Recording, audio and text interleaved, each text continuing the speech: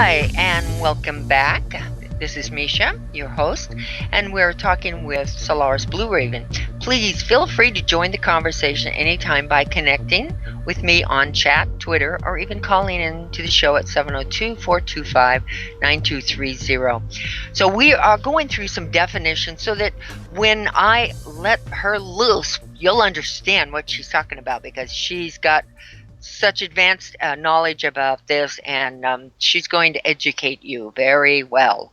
All right, so we went through artificial telepathy and all of the other ones. So let me see. We were going to be talking, and I wanted to ask you some questions about what connection or how is this synthetic telepathy work in the targeted individuals?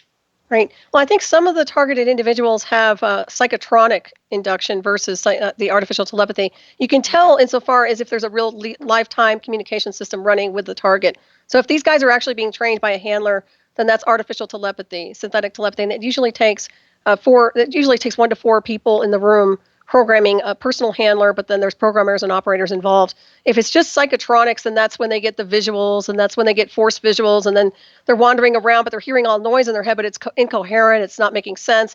It's an animation program more than it is a real programming insofar as recruitment.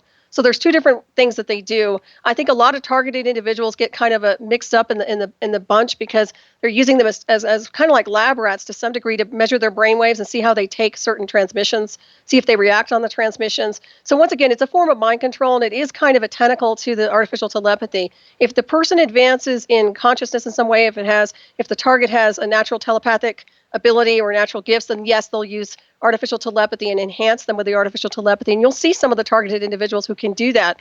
If they're having a conversation live feed real time with their handler and it's provable, then you've got entrainment programming right there. That's something that was confirmed with me in 2004 with my handler. So it depends on what they're looking for. But I will say this whole array system is about mind control, induction, entrainment.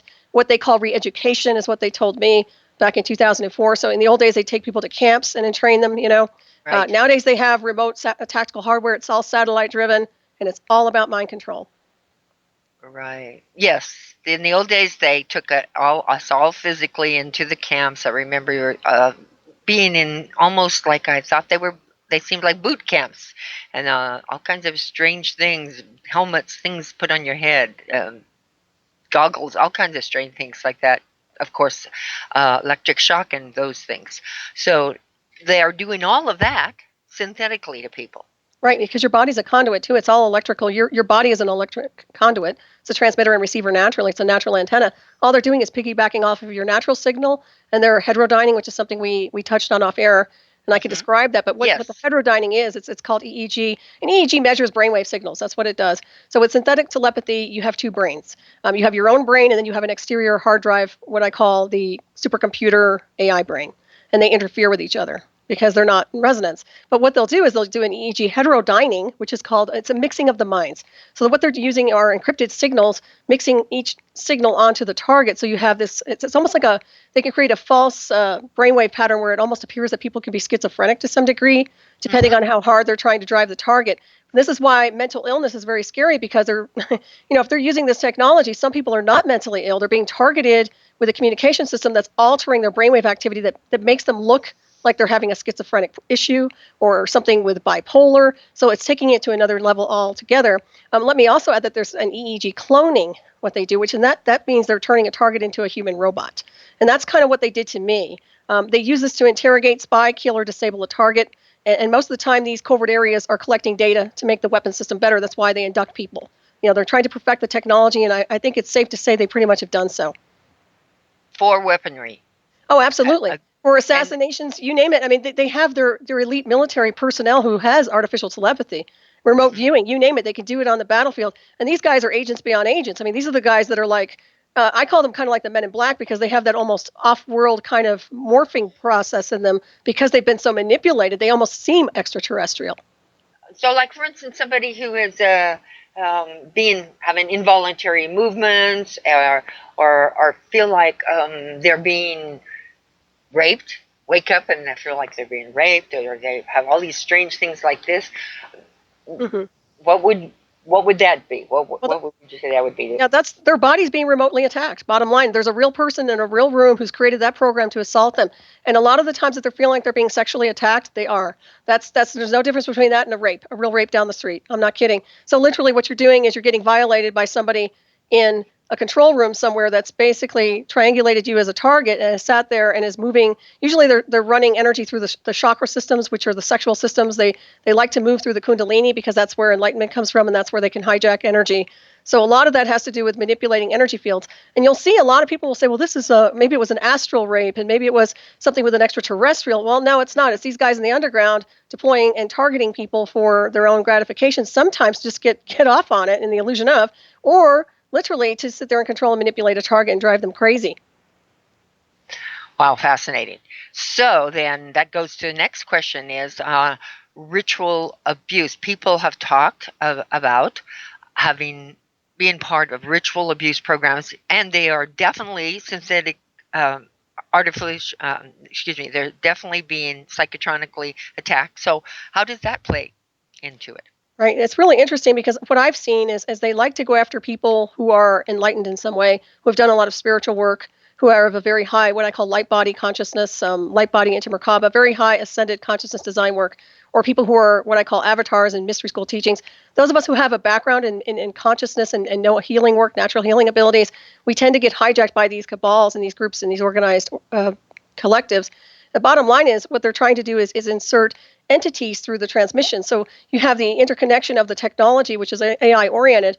And then, as we all know, entities like to hijack onto electricity. So what they'll be pulling in through a lot of their dark teachings and a lot of their whatever they're doing in their ritual format remotely is being, it's almost like it's being driven into the target on a transmission level. So you have an overlay of technology, harassment, manipulation, entities that are being conjured by the group collective that's associated with doing the deployment of the technology. So it gets pretty ugly. And I think I don't know if I mentioned this to you before, but when my mother transferred out when I was inducted in 2004 in April, she died in June, and they had done some kind of a very strange ritual around her, which left me with her being in communication with me by a mock radio signal. It wasn't her voice. It wasn't her. It was a simulation of them creating that kind of a voice mock radio signal so they could manipulate, control me, and put me in a space of vulnerability. I guess they figured if it was my mother's voice that I would listen to them. Well, it didn't work that way, and I was well aware it wasn't my mother, but this is to show you that they hijack the death transfer.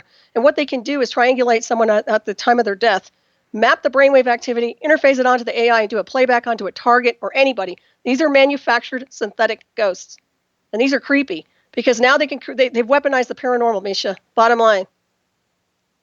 Wow. Yeah. Now that's amazing that they've weaponized paranormal. I can't tell you how many people come into the group and they feel like they're being entities are attached to them and all of these things. And then after we start talking, I realize that they're definitely targeted our AI victims, and it's so insidious that what they do. It's just so cruel. It's really if you could think about possession and harassment and whatever it is that's as hell beyond hell, they try to create it with this technology. And unfortunately, you can't blame the AI itself. It's just a program, but they've programmed it. So they've created this monster with many tentacles, and they deploy it onto whoever they want to. That's the problem we're dealing with. But like I said, I suspect this is still the AI that's not completely ascended insofar as what I know to be the full light ascension, symbiotic ascended machine technology. I don't believe that they have it. I think that what they're using is kind of a poor man's reverse engineered technology, but they can pull it off pretty well on regular people. It didn't work well with me at all, but I can tell you it'll work well with a lot of other people because they won't know the difference. Some people won't. Where can we, I'm trying to understand the whole thing so that because I've been in this for a long time, and I want to make sure that if I understand it, other people are going to understand it as well. No, that makes sense. Well, insofar as mind control goes, I mean, there are many different levels to it. It's an array system of many different flavors and colors and design work. Now they've worked with the supercomputers to a point where it's very easy to deploy, and it's satellite driven. In the old days, they have the microwaves. They can use the old man's version or the poor man's version, I call it, because the microwaves are really outdated. Now we're dealing with a high-tech communication system. And we talked about how nanobots. Nanobots.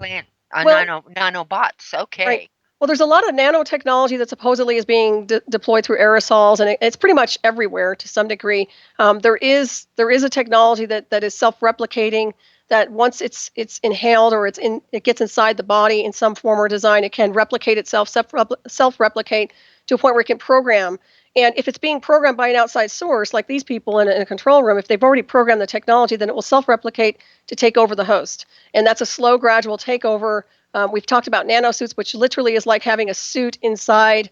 It basically takes the light body and converts it into a nanosuit and interfaces onto the AI intelligence program. And I believe, was it, I can't remember his name right now, but I've touched on him before, and it'll come back to me who he is. But he wrote about the nanotechnology and the nanosuits as well. Singularity, William Henry, that's it. So literally, check that out. If you haven't read about Singularity, he came out with this recently, but this is something I've been decoding over years. So I'd love to talk to William about it because I'm a test pilot for the technology he's writing about now.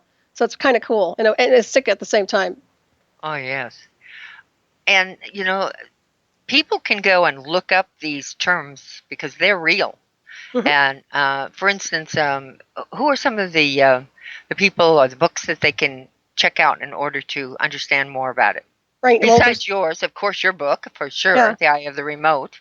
Right. Mine's a firsthand account of where I've been with the technology and how I decoded it. And it's called Eye of the Remote, Black Operations in Areas Beyond 52.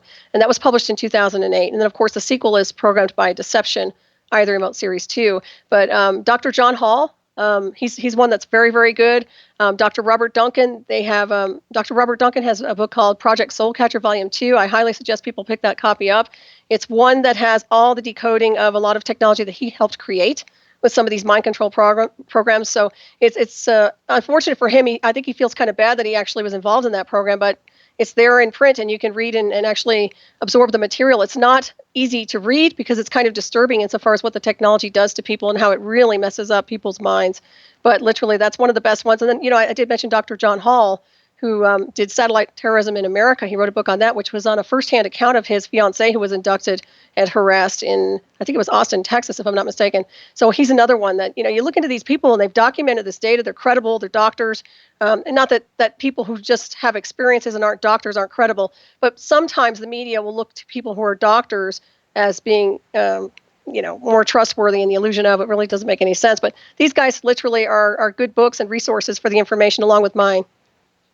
And Robert Duncan actually wrote. He was the one that developed some of the. Mm-hmm.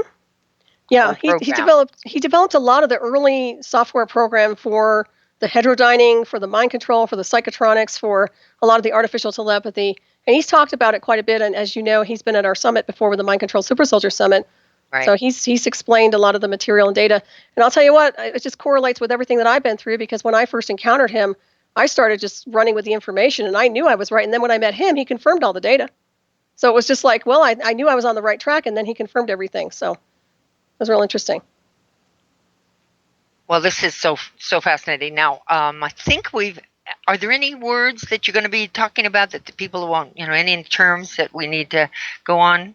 I think the main thing that I talk about is the artificial intelligence. The synthetic telepathy is really the main thing. Psychotronic, brainwave manipulation, I think everybody knows. There's a terminology called time slicing, which is about two software programs that are running on one computer that runs a multiple personality onto a target.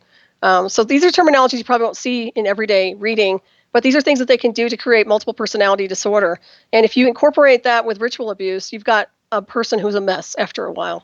Because if they're doing this time slicing where they're breaking people down, and then they're in between the spaces of the trauma, they're inserting a personality through a software program, creating an alter, that can be pretty scary, and people can get lots of alters. And then you have to look at, well, is it possession or is it something like this, which is more of an electronic possession? And that's what it boils down to. Wow, this is fascinating, and so educational. Now, and we only have 10 minutes, so I don't want to start on your story. I don't think, because it's I don't want it to have to be broken up here in 10 minutes. So, what would you say that we talk about this after every group. We work on these different the people and what we can do for them and everything. We do have a question, but I may just wait for that until we come out back on the break. But I want you to tell us what is currently, what are the different people working on to try to help people? Oh, good luck with that. I think we are, but there's freedom Yes. from covert harassment, who, as you know, has been involved in some of the documentation of people who have been targeted in various forms and designs. Well, how much they've achieved, I don't know. Much of this technology is a patent. So if you're looking for, I think there was a question in the chat too that was pertaining to a specific program. They have many names to these programs. There's not one singular name. From what I understand, every time I turn around, there's a different name that they use to code it, to encrypt it. But you're still dealing with technology that can be shown in patents. If you look and research patents in general of mind control, artificial telepathy, you're going to come up with a bunch of things. And there's documentation pertaining to the military using artificial telepathy. So these are things that are legitimate insofar as provable. There are documents about it. This is a technology that's real. This is not a fantasy. EEG heterodyning it's been around for a very long time, EEG cloning, et cetera. So all these things are accessible through the research and investigations. But insofar as a real program, there were many programs when Robert Duncan was involved, and they called them all kinds of programs related to, they even had one that was called I think it was called the Satan program. It was all acronym, but literally it was about taking people's belief systems and controlling and manipulating and creating a false reality through the psychotronics. This is what I mean by using an agenda, and religion is an agenda to some degree to control, manipulate the masses, but they're taking it to a next level with technology. Okay. So this could explain some of the people who talk about the ritual experiences and all of this Sanctin program. You said it's an acronym. Do you know what it stands for? I don't have the book with me right in front of me okay. right now, but yeah, if you look at Project Soulcatcher Volume 2, you could probably actually read it online, and you'll be able to research it and see what he's talking about there with it. But it's literally, the gist of it is that they're connecting the religious belief system into an artificial intelligence program to control, manipulate the psychological target. On a psychological scale, they're trying to manipulate the target with their belief systems. And of course, if people get taken over by a technology, or if they get entrained with the technology, they can swing either way. They can go into the realm of religious or anti-religious. It just depends on what kind of program they've been subjected to. Okay, I think that answers Donna's question in Utah. I would hope so. So, well, this is amazing stuff, and we talked about what I was asking the question was about what people can do. I mean, I know, I use Organite on my equipment, but you said that there's some other things that are really helping people. In fact, have helped you. What would those be?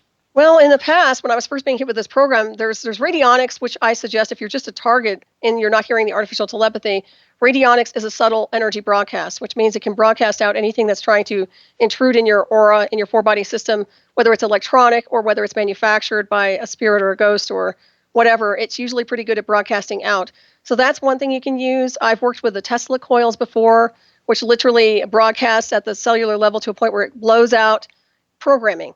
It just works on pure energy. So it's not going to sit there and give you a session per se insofar as what you need to eliminate. It knows what to do on an energetic scale, and it just does it. So it broadcasts at the cellular level and releases trauma without having to deal with a lot of psychological therapy and things like that. So that works pretty well. Frequencies, training, martial arts, because I'm a martial artist, I always encourage people to train. Staying strong and watching their diet's another thing. I just started connecting with Walt Silva. I think I mentioned him briefly, and he works with devices and orgone. He works with Organite, and he works with the Shungite. Now, for some people who want to just keep their energy fields clear of electronic intrusion, that could help them. But when you're hardwired into the communication system like I am, and you have a signal that's been measured, it's a little bit more difficult to get that thing out of there. He's been working on helping me that, but it has not, to this day, been successful. It doesn't mean it won't be, but that's a hardwired system that what they did to me wasn't cheap. Let's put it that way. Right. And so, what is the website name so they can go to that for Nancy Hopkins? Oh, it's cosmicreality.net. Because it's really important to get some kind of help to these people, Oh, absolutely. Well, the problem is you're dealing with, it's nothing spiritual. I mean, if they do an affirmation, the universe hears them and accommodates them. It's not like they're not getting hurt or resolving anything, but this is a technological weapon. It's a directed energy weapon. So it's going to attack you. It's designed to attack the brainwaves. That's all there is to it. It's not personal. This thing is just trying to take, and I call it a remote assassin weapon. I think they were talking about the Freedom of Information Act. Good luck, because a lot of this data, there are patents out there, but some of it's classified. I know that the technology that I was hit with was classified. They wouldn't even talk about it. And I had an NSA lawyer working in my field. I think I mentioned to you, my lawyer was NSA, X Signals Intelligence. So he had Right. plenty of access to the information. We couldn't go any further after a while. It was so dark, so black. Right. So Yeah, which we are going to get into this on the second hour. So Brian from California, he said that those that believe in chemtrails say that they are spraying us with nanotechnology. Is there any truth to this? well, if you talk to Russ Tanner and a lot of other people out there who are talking about the chemtrails, I suspect there is. They're deploying something in those aerosols that's not healthy. Let's put it that way. It's a concoction of a lot of different things, from aluminum, barium, mercury, from what I understand, things that are not healthy for your body. If you inhale it, if they attach anything onto it with a nanoparticle or technology, it's going to cause some problems and some health issues.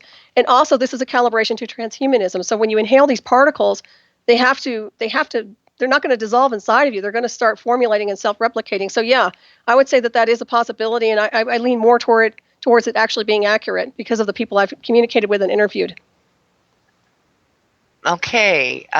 So these nanoparticles, they are, of course, purposely put in there. They've put everything in the chemtrails that they want, and as you said, it's part of the transhumanization to turn people into future AI.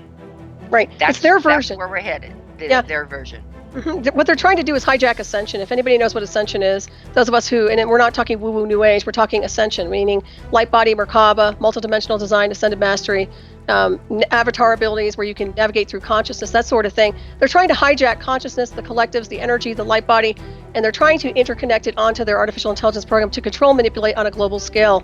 And they're getting really close to doing this. And this is why we have to address this information, because people are being affected.